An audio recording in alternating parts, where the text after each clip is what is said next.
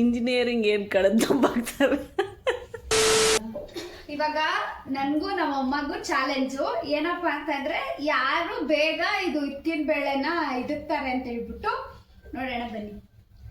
ಅರ್ಧ ಕರೆಕ್ಟ್ ಆಗೈತಾ?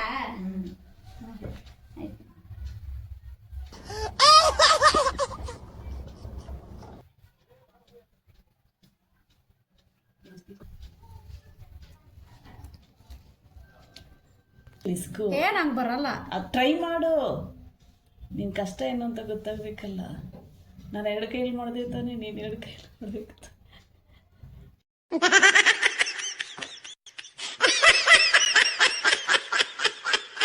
ಇದಿಷ್ಟು ನಮ್ಮಮ್ಮ ಇಸ್ಕಿರೋದು, ಇದು ನಾನು ಬರೀ ಒಂದು ಕೈಯಲ್ಲಿ ಇಸ್ಕಿರೋದು, ಅದು ನಮ್ಮಮ್ಮ ಎರಡು ಕೈಯಲ್ಲಿ ಇಸ್ಕಿರೋದು.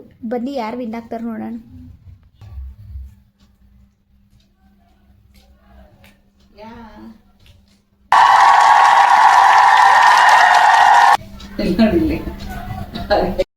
ನಂದು ಕಂಪ್ಲೀಟ್ ಆಗೋಗಿದೆ ಟಾಸ್ಕ್. ಈಗ ಗುಣಾದ್ ಮಾತ್ರ ಪೆಂಡಿಂಗ್ ಇದೆ. ಸರ್ಕಸ್ ಮಾಡ್ತಾ ಇದ್ದಾಳೆ ಇದಕ್ಕಿನ ವೇಳೆ ಇಸ್ಕಕ್ಕೆ. ಎಷ್ಟು ಸರ್ಕಸ್ಸು ಅಂದರೆ ಒಂದು ಕೈಯಲ್ಲೂ ಆಗ್ತಾಯಿಲ್ಲ, ಎರಡು ಕೈಯಲ್ಲೂ ಆಗ್ತಾಯಿಲ್ಲ, ಮಾಡೋಕ್ಕೆ ಆಗ್ತಾಯಿಲ್ಲ, ಅಷ್ಟು ಕಷ್ಟಪಡ್ತಾ ಇದ್ದಾಳೆ. ಎಲ್ಲಿ ಅಮ್ಮ ತಾಯಿ ಸ್ವಲ್ಪ ಮುಖ ತೋರ್ಸಮ್ಮ. ಅಲ್ವೇ ಇದಕ್ಕಿನ ವೇಳೆ ಇಸ್ಕಕ್ಕೆ ಆಗಲ್ವೋ, ಹೋಗ್ಲಿ ಏನು ಕಷ್ಟ ಅಂತ. ಅಕ್ಕ ಎಷ್ಟು ದಿನ ಆಯ್ತಕ್ಕ ನೀನು ನೋಡಿ ಚೆನ್ನಾಗಿದ್ಯಾ ಅಕ್ಕ. ಒಳ್ಳೆ